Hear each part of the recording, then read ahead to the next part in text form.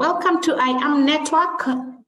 This is a monthly online forum where we talk about various subjects that the members have spoken about or requested us to speak about. We are on the 4th session, so karibu sana.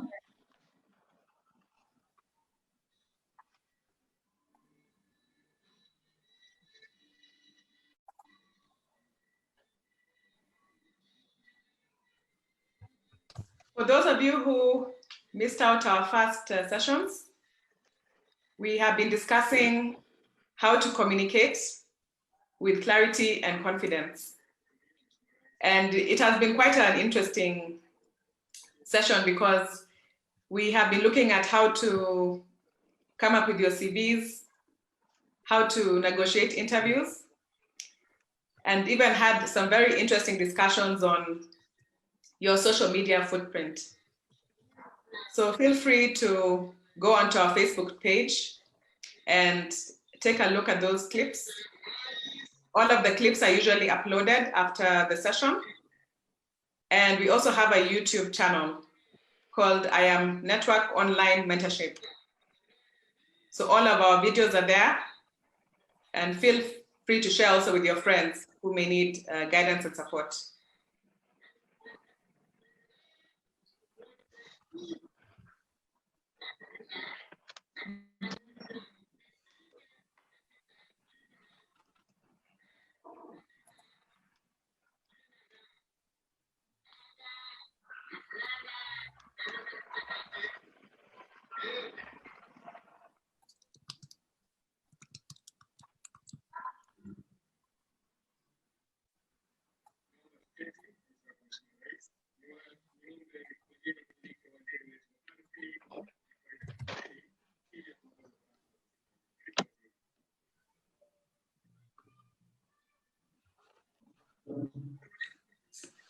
So good afternoon, once again.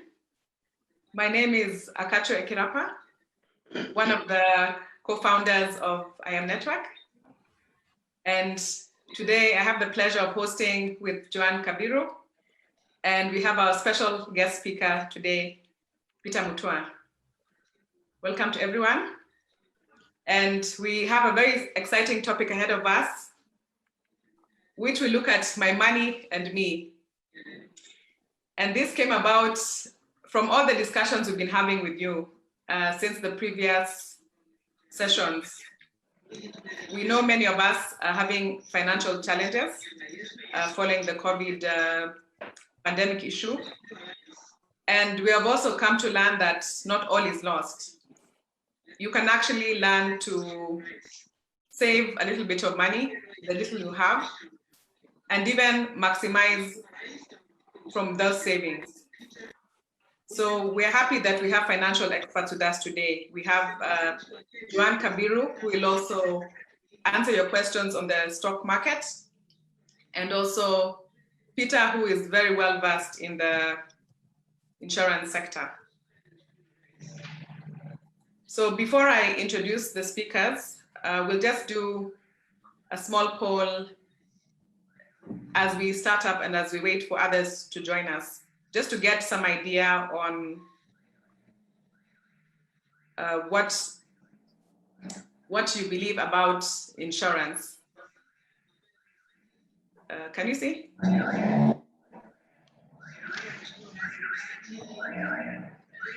Joan, can you see?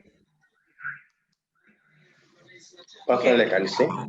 Okay, so the question is insurance an investment?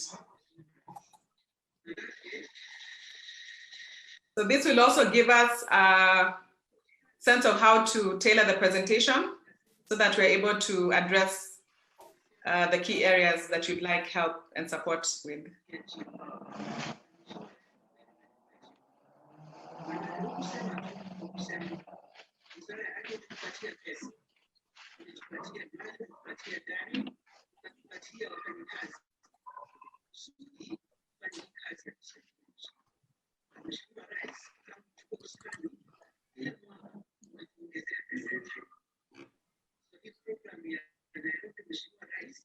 We have about 10 more seconds for the poll.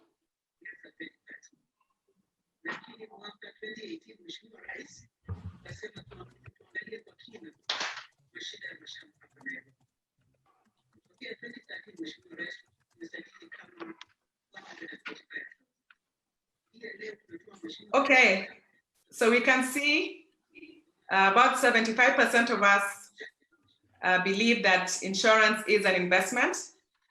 And Peter, you'll be able to clarify for us, because I'm sure there are many misconceptions about insurance, because most of the time we just think they're there to take our money. So you can clarify some of those misconceptions. Right. Thank you very much. As it has been mentioned that my name is Peter Mutua, and I have been in the industry for close to 15, 20 years now. So I think I'm well versed, just as the way Akacho said. So insurance, it is an investment. And this is what I would want to say about the insurance as an investment. Insurance is an investment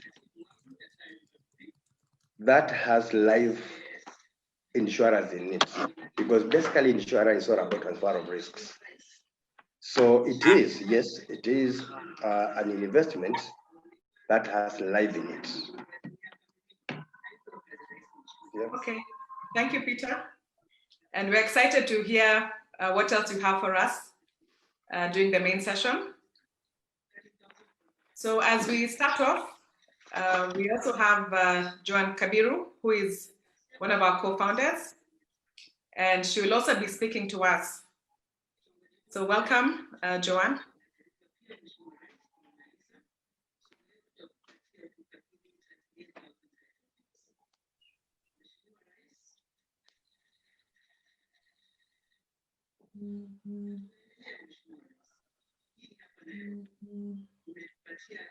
Hello? Oh, looks like she's having some connectivity issues. So as we wait for her to... Joanne?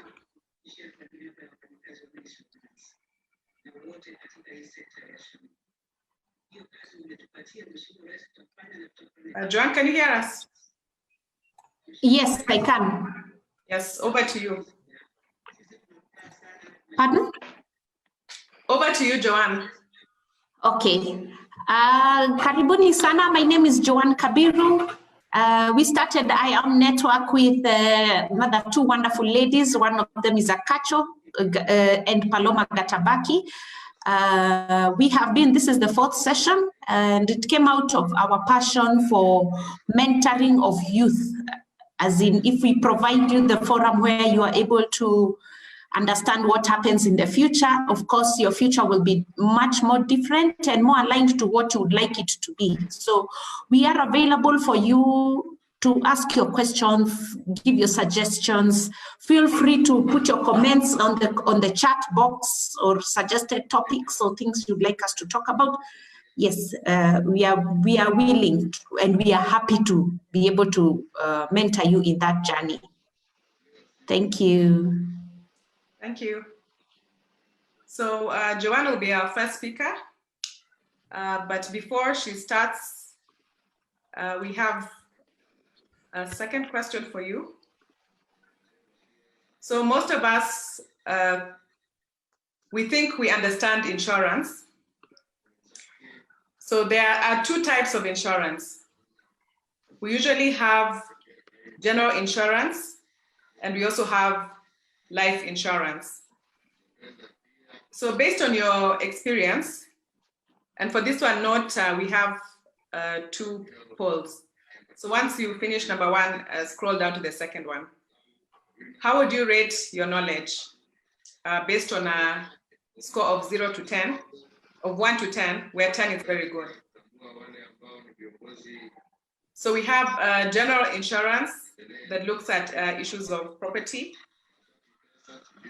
And we also have life insurance, where you have things like education and indemnity. And don't fear, we're not here to judge. So just give your most honest answer, then we'll be able to support you.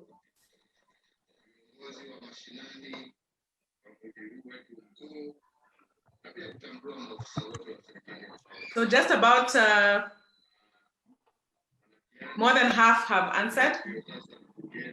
We'll give you about 15 more seconds to answer.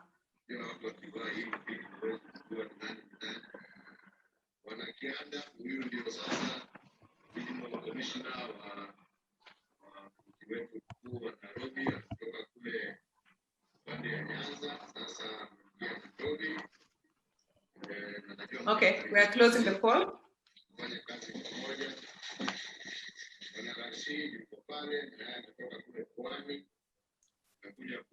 So in terms of general insurance, about 30% would rate themselves between a score of 5 and 7. So in total, we would say that more than half of the audience has some idea about general insurance. For the life insurance, about 30% gave themselves a score of 2, and another 30% gave themselves a score of 8.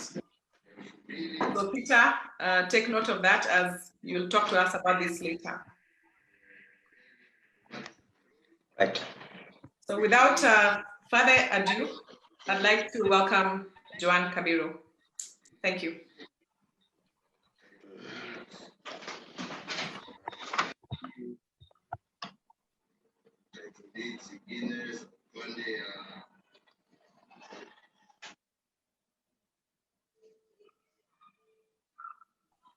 Thank you, Akacho. So today we will be talking about My Money and Me, how to make investments. We did do a brief on the last session on how to manage our finances.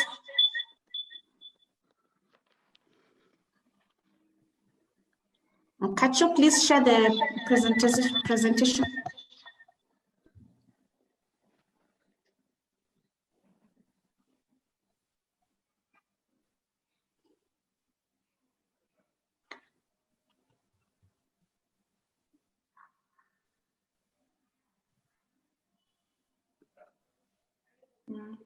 Is it okay?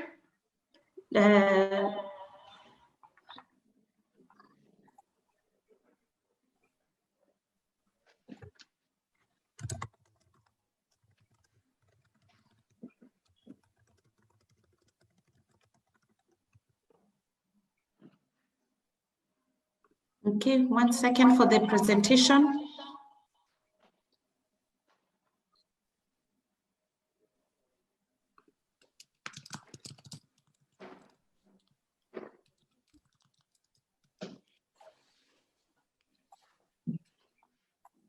All right, let me share the screen.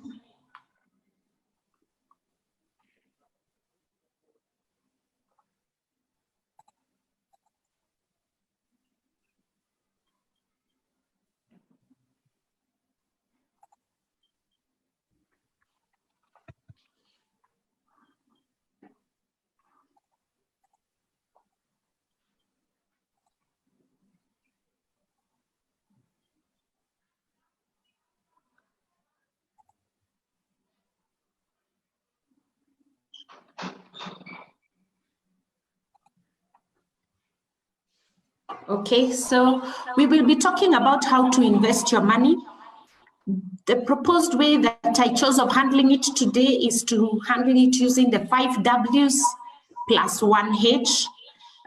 For those of us who've been a bit working or hearing on the self-development forums, that is when we talk about the what, where, how, whom. Those are the questions that we address. So to begin with, who is to invest? It is you and I who are to invest. What are we investing? We are investing any funds that we receive, whether it is our pocket money or our salary, whichever amount of money that we receive, we need to invest it. The next thing is, when do we invest? We invest immediately we receive the funds. The catch, and one of the big quotes Mr. Warren Buffett has talked about, is that most people will make investments after they've spent the money. The catch is you need to first invest the funds, then spend what is left. So on top of that, you need to have a plan ready for it. So for example, you're expecting to receive 10,000 shillings. Last time we talked about saving probably 10% to start with. 10% of 10,000 shillings is 1,000 shillings. So you need to have a plan of that 1,000 shillings and what you're going to do with that amount of money. So there's a quote there that successful investing starts with courage. You need to have conquered your own emotions first. First of all, to feel that you're worth, yes, to save, even if it's that 1,000 shillings, it is quite okay. Yes, so there's no small amount for saving. You will be amazed that if you saved 1,000 shillings every month for 12 months is 12,000, which you didn't have before. Or if you're choosing to save 1,000 shillings every week, by the end of the month, you have 4,000 shillings.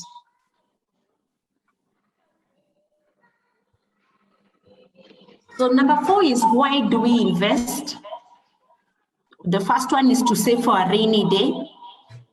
The second is to secure your future needs and wants.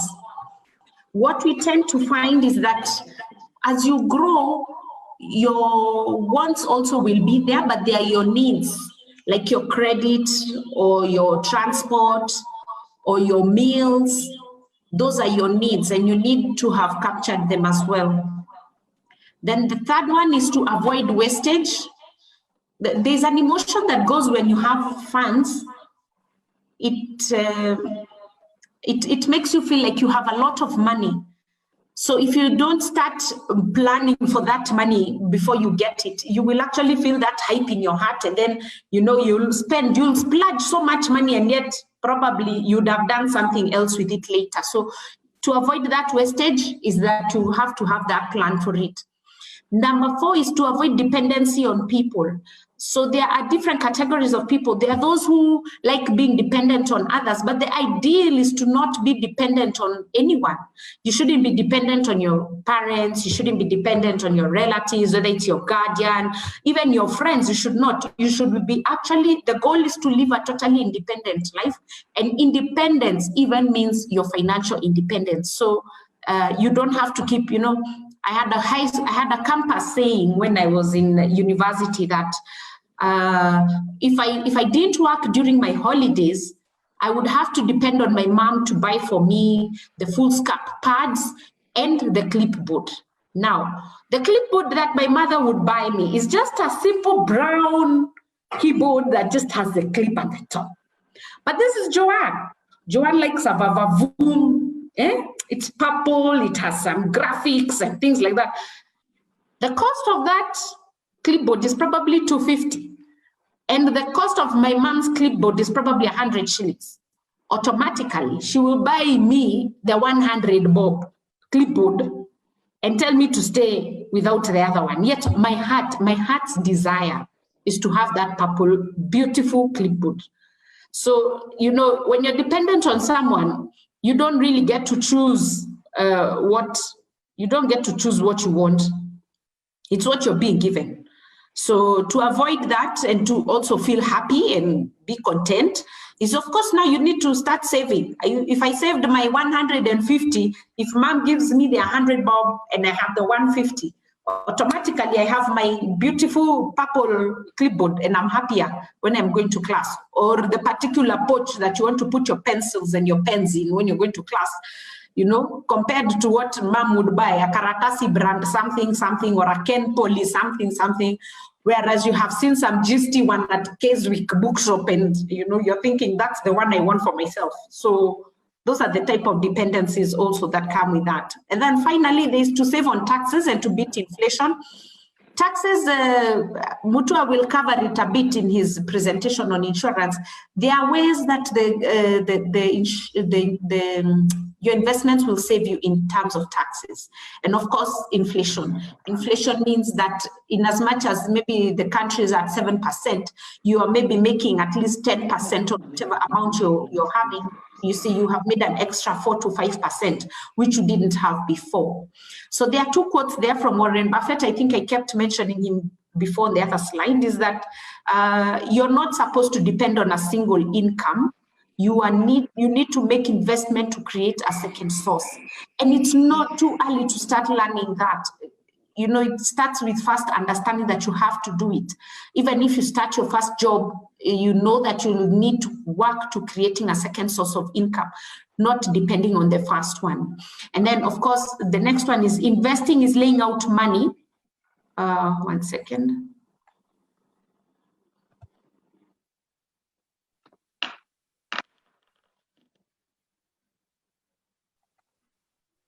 Sorry. A bit of technology challenges. Investing is laying out money now to get more money back in the future. You're putting away your money now so that in the future you still have more money, not just the amount you put in, but plus extra for yourself. So finally, we have the where, the how you're going to be doing your investments. There is the savings accounts. Those ones in Kenya, as I mentioned before, there's no cost to having the savings account. So it's good removing your money from your active account, putting it aside. That 1,000 I was talking about, don't let it be in your main account. Let it move to another account. And those accounts are free. They don't charge any charges. So whichever bank that you will choose to go to. Then there is the stock market. We have already received somebody who was asking a question about the stock market. And there is a quote there by Mr. Kenneth Fisher, one of the fund managers around the world, who says, there are no good or bad stocks. The company is either good or bad. Stocks are just stocks. When you're investing in stocks, you're actually investing in a company. You're investing in the how they run the company. You're investing that they are going to make profits in that company. You would be investing in our company, not just talking about the stock. So you would be looking at the news and understanding what the news they're talking about in those stocks. So yeah, there are no good or bad stocks. It's the company that has an issue. So you check out the management of the company, you check out the performance of the company, and then you make your decision. Then there's fixed income, that is the government or corporate bonds or treasury bills. As I mentioned before, that the government borrows from us, the citizens, to be able to fund their budget deficits or any projects that they hope to attain. So they borrow from us and give you a guaranteed amount back of about 10% or thereabout. So they do have a minimum of about 50,000 to be able to get in that, but it's actually risk-free. There you're guaranteed that your money is coming back, especially for the government ones. The corporate ones, right now, we've gone on a bit of a slump. There have been not too many going on because there was quite a period where the companies were not doing too well. So that has taken a bit of a slow one. Then there's the real estate. Real estate, as with Kenyans, we love ploti hapa na pale. We accept ourselves na hizo ploti zetu, which is okay. But it is also good to invest in the real estate. The catch is you need to wait. When you buy the real estate, you wait so that you're able to realize the material profits from your real estate investment. Another way to make investments is to invest in a running business. So, of course, that company is going to be paying you some certain amount every month or every other period. So it is a good investment because it makes sure that there's additional income into your pocket. Also, there is gold, the purchase of gold as an asset. So you keep the value of gold keeps appreciating over time. So yeah, at one point of the world, it was actually the currency that was speaking. There was no cash. The cash equivalent of what we use nowadays. There are a certain group of people who also invest in artwork. So When you buy an art piece today, maybe at 100,000, in maybe 10 years, it is probably at 1 million shillings because it has appreciated in value. That is another method of actually storing an investment. And finally, there's insurance. So I will close with a quote that says that compound interest is the 8th wonder of the world. He who understands it earns it. He who doesn't pays it. So we need to make sure that we are utilizing the compound interest. Remember from our high school days when we used to calculate the simple interest and the compound interest. Compound interest, it's the basic of the principal plus the interest forms the next principal. So of course, if you're using it to make more money, it is beautiful, it is awesome. However, on the downside is if you're paying compound interest, of course, it's going to be quite expensive. It's going to be quite expensive. Yes, so over to you, Akacho. Thank you. Thank you for the opportunity. Thank you so much, Joanne. Wow. We are actually graduating from Kapuloti and stock markets to being owners of gold and artwork. So please continue to add your questions in the chat box and we shall answer them in the Q&A session. As we move to our keynote speaker for today, I would like to introduce Peter Mutua, who apart from looking for clients in his day-to-day work, he's also a father of 2 teenage boys. And he says he also loves traveling out of Nairobi. So over the weekends, you can never find him around. In addition to that, he is an avid outdoor person and enjoys hiking and says that he makes it an effort to climb Mount Longonot at least twice a year. So I'm very happy to welcome Peter Mutua. Karibu.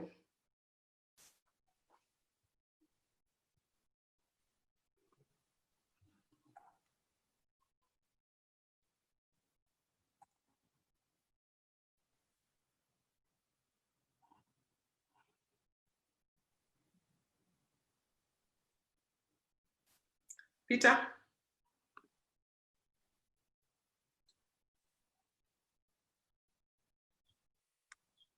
It looks like he's dropped. Let me.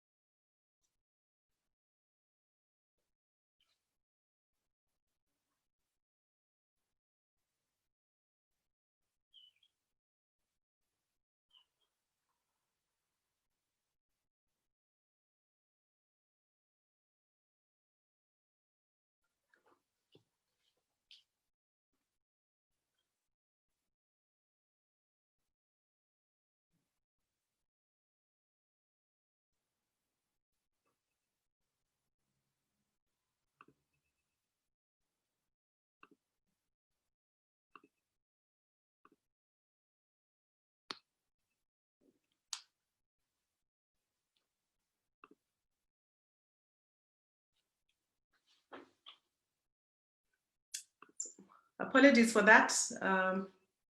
Just give us a few minutes as we try to get Peter back.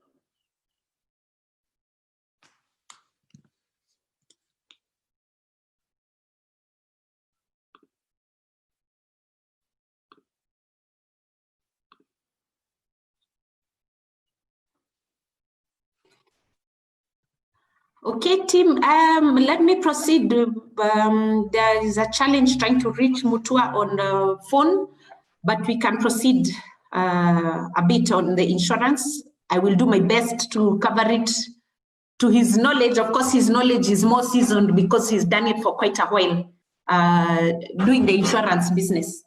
He's done it for almost 20 years. So in his introduction, he was, Mutua was going to tell us about the journey, how he went into insurance. And part of it was quite a humble beginning because he was looking for a job. Of course, his parents used to work in the prisons. So of course he was living with his parents there, then got a job in town, cleaning some offices. And then after that is where they were able to see his potential in his work or how he does his work. He used to, one of the things he was saying is that he used to be able to report to work at 7, whereas the reporting hours are 8. So he would be there on time, do his stuff quite well until they saw his potential and put him to doing procurement now within the insurance sector. Now, when he started in procurement is when he did that for a couple of years, is when he realized that, oh my goodness, that there's more money when you are an agent for insurance. Hence his change into the insurance agency business. So in insurance, of course, there are those different types of insurance you can see there. There's the accident, life, health, property, vehicle, injury, travel, and home insurance. Yes. So harusi tunayo hatuna. So he was going to present about how one goal you can be having as a dude or as a lady is that you have your wedding and you're planning that maybe you're going to get married and have a function at maybe one of the local hotels. You know, you'll have your family members there. But then how do you work backwards? You have identified that this is a hotel, the costing is going to be probably a meal at what, 500? Let's do the math. 500 shillings for about 200 people. Oops, 500 times 200 is about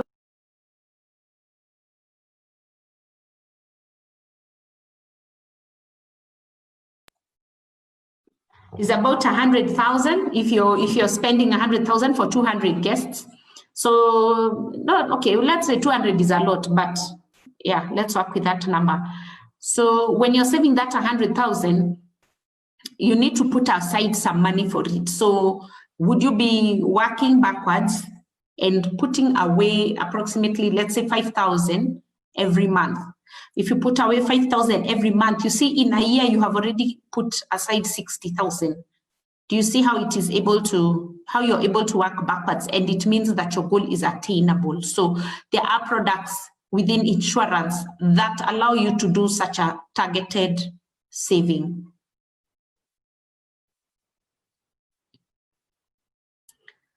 So there are quite a number of products within the insurance.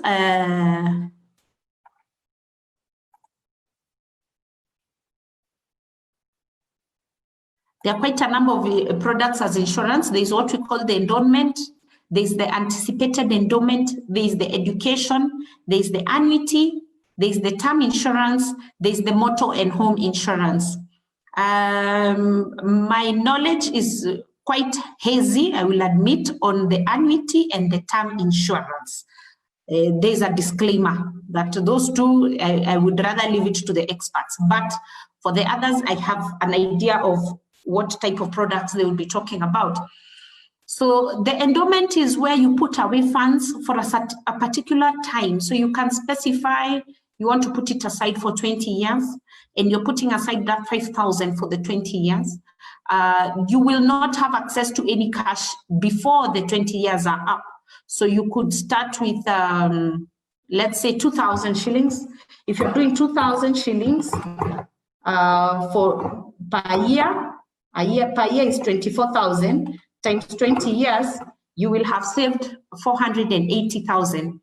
Remember, I talked about the compound interest. So there's the way they are able to do the compounding of the interest, and it will be more than the 480,000 that you will have put in.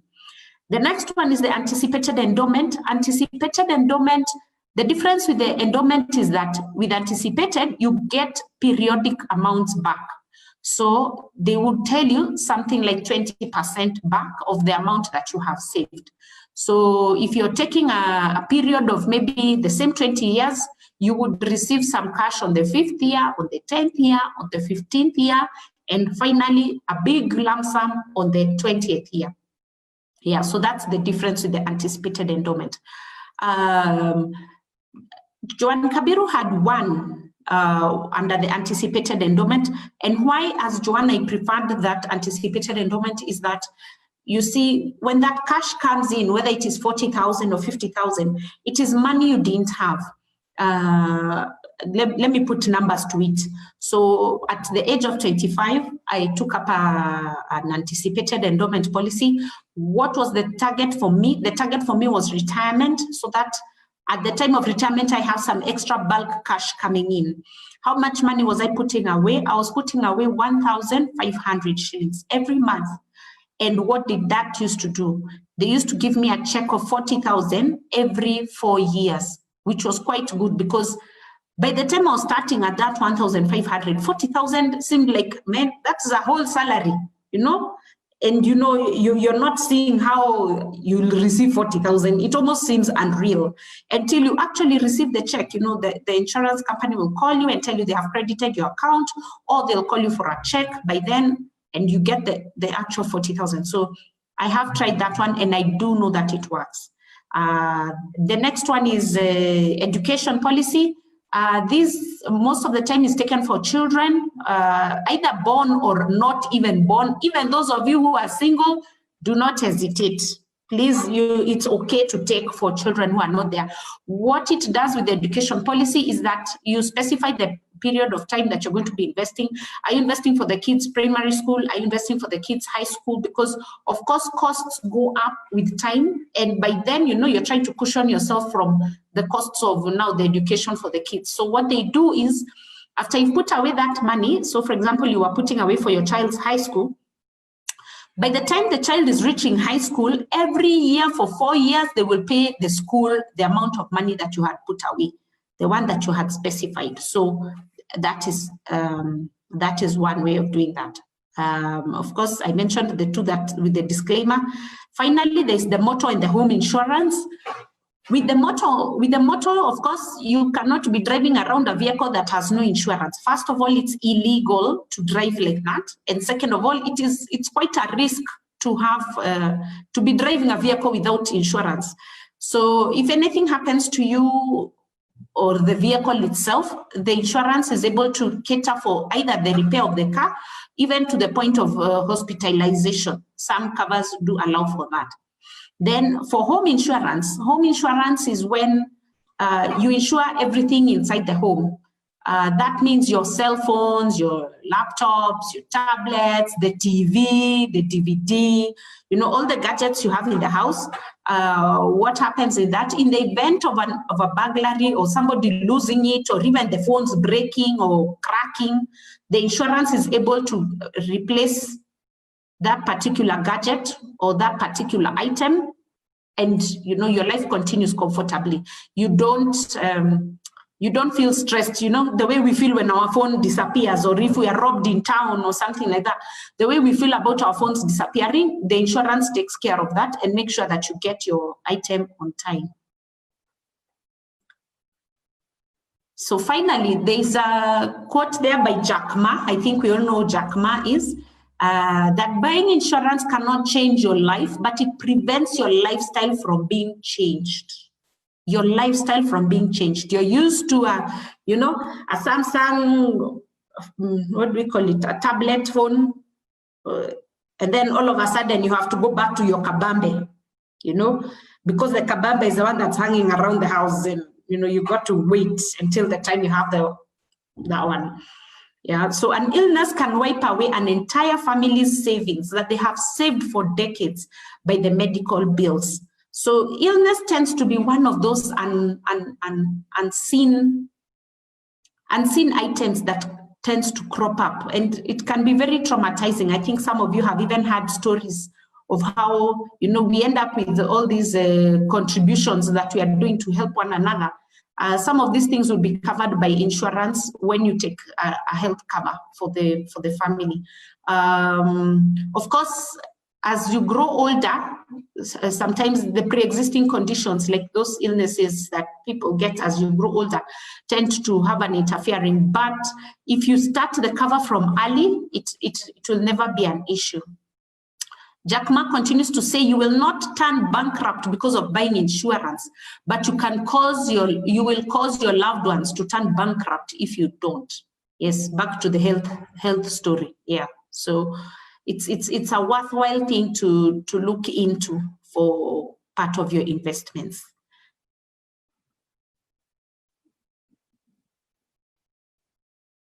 Thank you. Thank you, Joanne. And thank you so much for stepping in. I'm sure we all understand these technology issues really, they come unexpectedly, but thank you, you did a great job. And we also have several questions coming in, but I could kick off. And I think a lot of what was presented struck out to me, especially the fact that we are in unpredictable times and many families are going bankrupt, like you have said. And I think as we're dealing with different types of situations, for example, some of us have children, some maybe you're taking care of your parents, others are also dealing with other family commitments. And you can see all the types of products that have been discussed. For example, even some of those products where the company pays you back X amount after 4 years or after 5 years, that can actually help you even just to push yourself for a few months. And interestingly, before this session, I came out of a AGM for one of the unit trust companies. And what they're actually saying was, for the people who had been investing or putting a little money, even if it's 5,000 per month, COVID has been the perfect example to show you how it is helpful. Because if you lose your job, for example, you have to now decide between eating and maybe, for example, getting medical cover. So of course, eating is your most priority. But the good thing about having a fund somewhere is your medical will continue because at least you had put aside that money. And the same thing for some of the life insurance products. I know now they're even telling them to meet your specific needs. So for example, as Joanne had said, you could even when the baby is born or even before the baby, for those who don't have babies, you can actually come up with a plan with the insurance agent, and you plan by the time the child is probably going to primary, you have at least 6 or 7 years to start saving the money. And within that 7 years, you'll still get some return out of that investment. But more importantly, the child will be secure for education. So even if something happens to you, God forbid, there's that money and, the child is set maybe for another 6 years. And I know that there are plans, you can even plan even up to campus, depending, of course, on how much money you have. So some of them are quite affordable, and it would be advisable to, reach out to an agent who can help you. to help with that. So I'll mention some of the questions. So we have one from Luther, where he's saying, would you classify between medical and motor insurance? Are those investments? I think that's the question. Correct me if I'm wrong, Luther. You can unmute your mic. You're right. I was wondering whether those two are actually investments, because I submit money every year, and by the end of the year, if I don't have an accident or I don't fall sick, that money just vanishes. Mm-hmm. Two kinds of insurance investments. Okay, over to Joan. This is just my humble opinion. I don't think, because you see the way you have mentioned, Luther, that the funds don't come back, they are gone. The most it can do is probably reduce your premium for the next year's payment. It's not an investment, that one. What it does is that it protects your income from spilling or wasting. Okay. Okay. Okay. Yeah, I was asking that because, sorry, Akacho. I was asking No, go that ahead, because initially you asked if insurance is an investment. And in my mind, I thought through everything, even property insurance, and sometimes I don't jump in because I always feel I'm being robbed. Because the last time I saw a doctor was when I was probably 14. So in year out.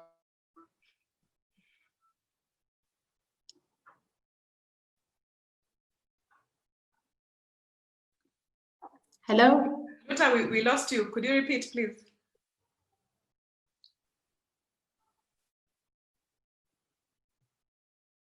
Hello?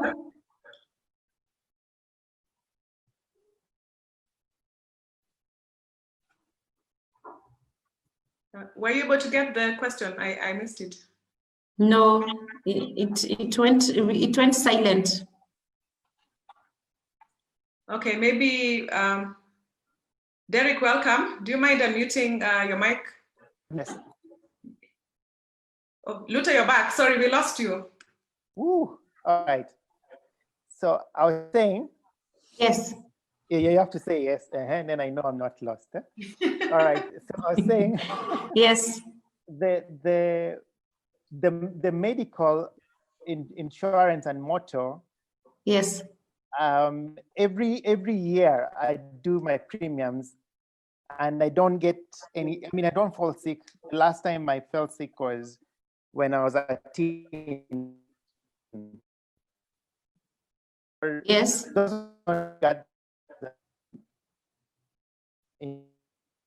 But then don't for retirement as investments. Sorry, I didn't get the last part.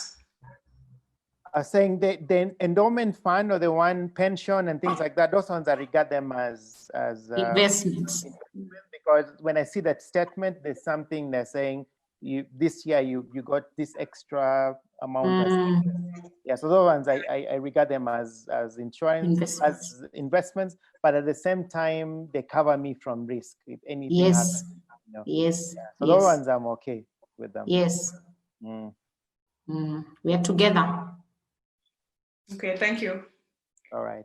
I wanted to hand over to Derek. If you could please read your question.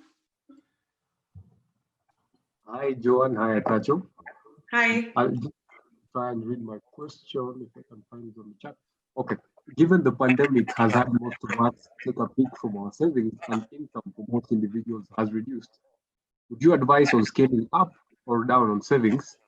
And if yes, on scaling up on the savings, what investment channels can be classified as safe other than government bonds? Okay, very good question, Derek. Okay, as a number of questions. So first, I would advise you keep your savings. Don't go down. The trick with savings is you're supposed to try and go up, not going down. You only go down if it's a life or death thing that you're seeing, kabisa, your life is being affected if you don't touch it. So you're supposed to maintain the rate and continue at it. So if you're at 10%, if you're at 20%, if you're at 30%, just maintain it, because of course the goal is bigger than even through this corona. Corona is going to come and go, and 10 years from now we'll be saying, yeah, corona came, and then, so it's good if you can maintain your savings. When you talk about other investment channels, that goes to check on your risk appetite. Most investment companies would be asking about your risk appetite, including the insurance guys, whether you're risk averse or whether you're prone to risk. Are you medium term? They categorize into three. You're either low risk, medium, or high. Why? If you're low risk, you'd be doing the bonds and the bills because that's guaranteed. Nothing's going to happen. If you're medium, you would be doing a mix of both the government bonds and the stock market. And if you're high, you can go straight up into the stock market. So like Warren Buffett talks about investing, even now in this time of pandemics is when you'd be buying, because other people are selling, and of course the prices are now more favorable for buying. So you'd be buying and then you hold. Then you'll be talking about how even when Corona was happening, you were busy investing in your stocks, and of course your portfolio has grown, because before you were buying, say, KCB at 45 and now it's at 35, you see you've saved 10 shillings for every share. So you would be ahead of your peers in terms of the investment. And just to add, I believe most of us traditionally we've just known, the way of saving, of having an account in a bank. And right now we can see that's not the best type of investment. So I believe we also need to start taking risks, and also probably looking for other areas, maybe even like the mutual funds in the money markets, because I know even if you put in X amount per month, or you can put in a lump sum, at least you can gain a much higher interest than the bank rate. In addition to that, we are seeing also people, okay, I don't know how, like Joanne said, risk averse you may be, but, you're seeing people also now saying, they're starting to invest in gold. So obviously that also depends on, the amount of money you have and, the returns. But I think the challenge also with some of these new, should we say, like, is it a new craze, or I don't know what you call it, is it like comes in and then it goes after a while. So you have to really be monitoring, especially even with the stock market, because especially with the IPOs, we know, like the people who bought Safaricom when it was, I can't remember how much, was it 10 shillings? I can't remember. But now 5 shillings, yes. I mean, it's the same thing with the Kenya Airways shares, that sometimes you also need to be patient and put in long-term investment. And then, like, for example, those people now would be reaping now, because you can go sell and at least have a bit of income. So I think what we can advise is also to diversify some of your money, and of course, not just put it in one thing, because with the same argument of people who have plots and who have land now, disposing that asset now might also be a challenge depending on where it is. Because even some people might be holding onto their money depending on the context. So always try to diversify your funds, and of course, always get a financial expert to guide you in the process. I don't know, Joanne, did you have other advice for investing for children for the future? Those ones, well, there's also putting, apart from the education policies, you can actually put accounts for the kids, bank accounts. They allow for kids accounts, though I'm yet to encounter one that, they like to do. Back then it was cooperative that was doing Jumbo Junior. So for a long time, we all knew Jumbo Junior for kids, and they give us a piggy bank. and we'll be putting in all those other things. And different other banks have also come up with different products for kids. But yeah, they just allow you to put money aside for them. Yeah, as well as even buying stocks. You can actually buy stocks for children. Yes, I've actually seen, as we are going through the pandemic, some of the banks are becoming more creative. So for those of you who are active on social media, you can also be following the banks. They usually give talks weekly on how to, I guess, guide you with your money. But I mean, it's a choice. You don't have to invest with the bank, but I think the knowledge at times is quite helpful because, you know, they'll talk to you about things like interest rates, things like, you know, why it's important to invest. And most importantly, I think just understanding finance, because some of us, we're not very technical in finance. And I think the pandemic has actually forced us to look at our budgets. Like we were reminded last time, you need to, you know, have 10% savings, you know, 10% for your tithes. And then you also need to ensure you're covering your rent, you know, your bills, your electricity. So even as your income is reducing, you still have to be able to budget because some of those bills are permanent. You can't, for example, electricity, you have to pay it, and your water bill. So you may be able to cut down on the entertainment, you know, the other luxuries, but like some of those pending bills, you have to ensure that you have the money to pay it. I don't know, were there additional questions? No, Josh is the one. Karibu, Josh. We've seen you've joined us. Josh Masese, asante and karibu.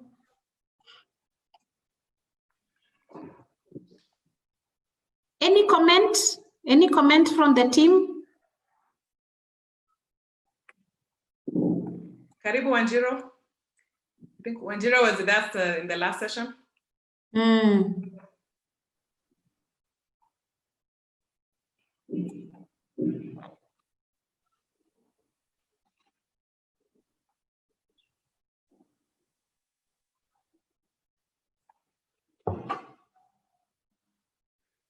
For anyone who has any questions, please unmute your mic. We have a few more minutes.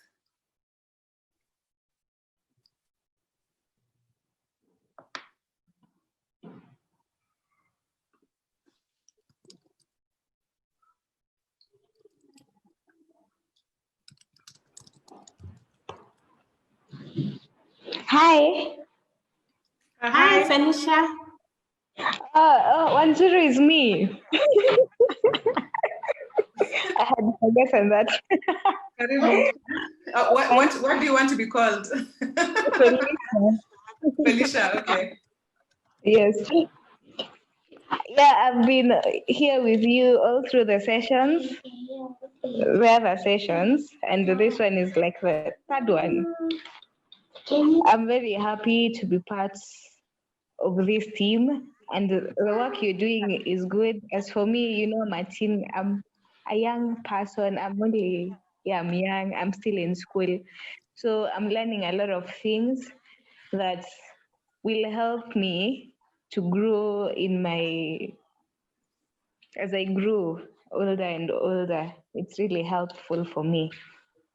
Thank you. Well, thanks so much. We're so happy to see you here. And we hope you'll also be sharing some of what you're learning with your friends. Yes. Did you have any question for the panelists? No. I think they've all been asked. Thank you. Okay. I've seen two questions from Luther. Oh, a comment and a question. How does one know which insurance company to trust?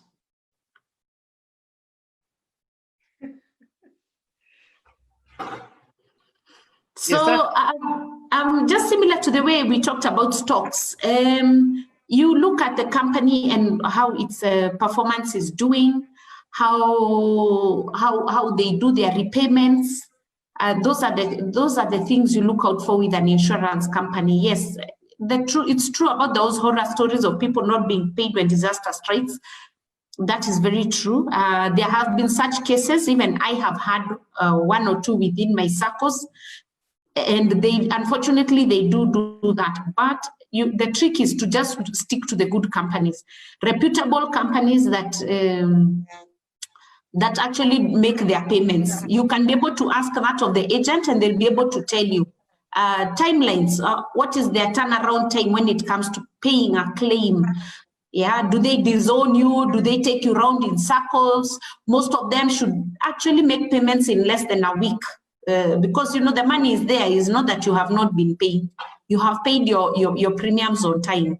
It's now the time for them to return the favor back, so to say. Yeah, for that. I think to add to what she says, you can also be active. You as a member. Attend the AGMs, read the reports, also do your due diligence, because I think at times we're very lazy as members. We just sit there and expect the money to come back. But of course, like we know, especially now with the recession, which is global, we all have to do our due diligence. We all have to start reading, because even me, I'm also learning. And like Joanne says, even talk to other experts in the area, like your friends, because they normally have that inside information.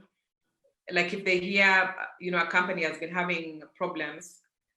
I know we had that situation, was it a few months ago, when there's one of the big companies that was not paying one of the leading hospitals. And that was quite worrying, because people pay their premiums, especially now for medical. Medical is quite a concern for many families.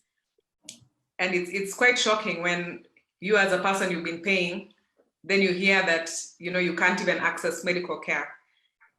So I think the advice we can give you now is to have due diligence and, even start being more active, reading those statements, financial statements, and, putting in queries, because we have the right to do that. Feel free to raise any comments you may have to our email address. I'll post it for you.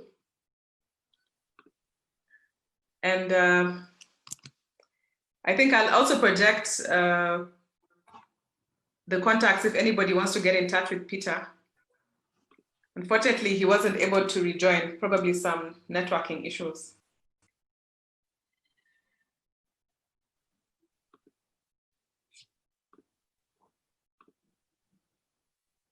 Joanne, any parting shots? Just not to feel shy of making any investments. Do not feel shy. Feel free also to reach out to us. No question is too big or too small. Please reach out. We will be able to guide you. If we don't have the answers ourselves, we will be able to find somebody who can be able to guide you way forward. But as we say in I Am Network, my time is now. Your time is now. I mean, just grab it and do the best you can all the time. And for sure, your future will be shining and bright like the stars above. Yes, thank you so much. We look forward to hosting you again in a few more weeks. And continue to follow us on social media, on Facebook, and on our YouTube channel. Thank you. Have a nice day.